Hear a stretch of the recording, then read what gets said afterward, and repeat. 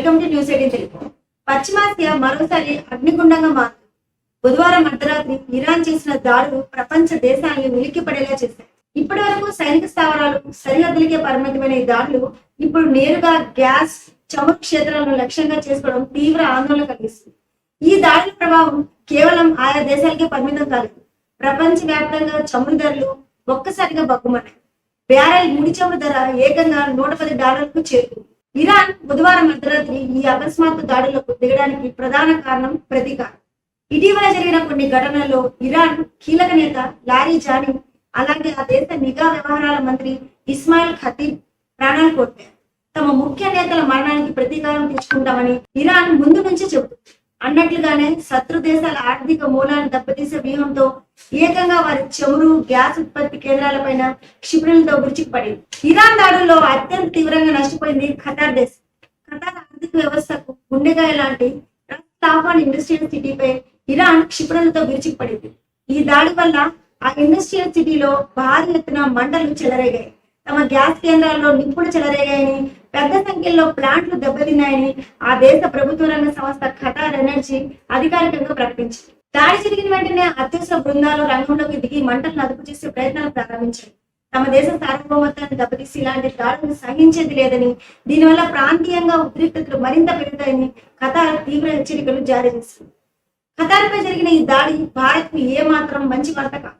ఎందుకంటే గ్యాస్ అవసరాల కోసం మన దేశం ఖతార్ పైన ఎక్కువగా ఆధారపడుతుంది. భారత్ కొనుగోలు చేసే మొత్తం లిక్విఫైడ్ నేచురల్ గ్యాస్ లో 47% కేవలం ఖతార్ నుంచి వస్తుంది. ఇదే కాకుండా రైతులు వాడే ఎరువులు, వాహనాలకు వాడే సిఎన్జి, ఇళ్లకు పైప్ లైన్ ద్వారా వచ్చే పిఎన్జి అవసరాలకు ఖతార్ రస్ లఫాన్ గ్యాస్ క్షేత్రమే మనకు ప్రధాన దిక్కు.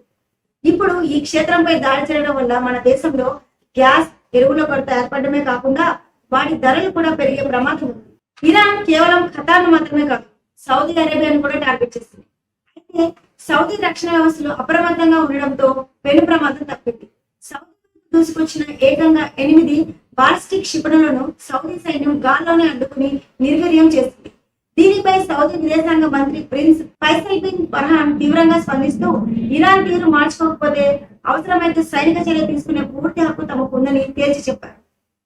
మరోవైపు యునైటెడ్ అరబ్ ఎమిరేట్స్ లోని కీలక చమురు క్షేత్రాలపైన ఇరాన్ పంజా విసిరింది. యుఏఈలో అత్యంత కీలకమైన బాబ్ చమురు క్షేత్రంతో పాటు ప్రపంచంలోనే అతిపెద్ద ఆన్షోర్ గ్యాస్ ప్రాసెసింగ్ కేంద్రమైన హబ్షాన్ గ్యాస్ కాంప్లెక్స్ ను కూడా ఇరాన్ వదలలేదు. దాడుల భయంతో యుఏఈ ప్రభుత్వం ఈ కేంద్రంలో కార్యకలాపాలను తాత్కాలికంగా నిలిపివేసింది. ఇవి మాత్రమే కాకుండా సముద్ర మార్గంలో వెళ్లే వాణిజ్య నౌకలపైన దాడులు జరుగుతున్నాయి.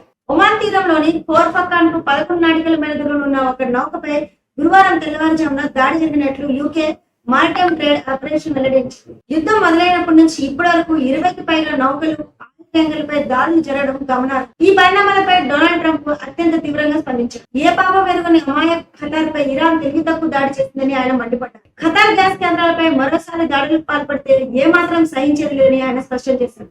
ఇదే పరిస్థితి కొనసాగితే ఇజ్రాయెల్ సాయం తీసుకున్నా తీసుకోకపోయినా ఇరాన్ పై మునుపెన్నడూ చూడనంతటి భీకర శక్తితో దాడి చేస్తామని ట్రంప్ తీవ్ర హెచ్చరికలు జారీ చేశారు. ముఖ్యంగా ఇరాన్ కు అత్యంత కీలకమైన పార్ట్ గ్యాస్ క్షేత్రాన్ని పూర్తిగా నాశనం చేస్తామని ఆయన హెచ్చరించారు.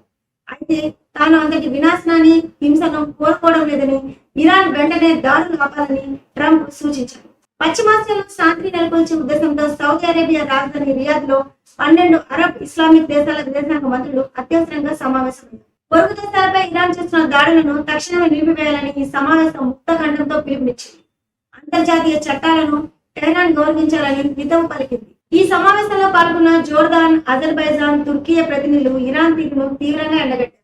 ఇరాన్ కేవలం సైనిక స్థావరాలనే కాకుండా పౌరులు నివసించే ప్రాంతాలు, పౌర వసతులు, నీటి శుద్ధి ప్లాంట్లు, ఎయిర్పోర్ట్లు, చమురు క్షేత్రాలను కూడా లక్ష్యంగా చేసుకుంటుందని వారు ఆరోపించారు. ఇదే సమయంలో లెబనాన్ పై ఇజ్రాయెల్ చేస్తున్న దాడులను కూడా ఈ మంత్రుల బృందం ముక్తఖండంతో ఖండించింది. ఈ సమావేశంలో Saudi Arabia, Qatar, UAE, Azerbaijan, Bahrain, Egypt, Jordan, Kuwait, Lebanon, Pakistan, Syria, Turkiye దేశాలు పాల్గొన్నాయి. మొత్తం మీద చూసుకుంటే పశ్చిమాసియాల పరిస్థితి ఏమాత్రం అదుపులో లేదు. ఇరాన్ దాడులు, దానికి ప్రతిగా అమెరికా, అరబ్ దేశాల హెచ్చరికలతో ఏ క్షణంలో ఏం జరుగుతుందోననే ప్రపంచం బిక్కుబిక్కుమంటుంది. ముఖ్యంగా చమురు రేట్లు $110కు చేరడం భారత్ లాంటి దేశాలకు పెద్ద దెబ్బ.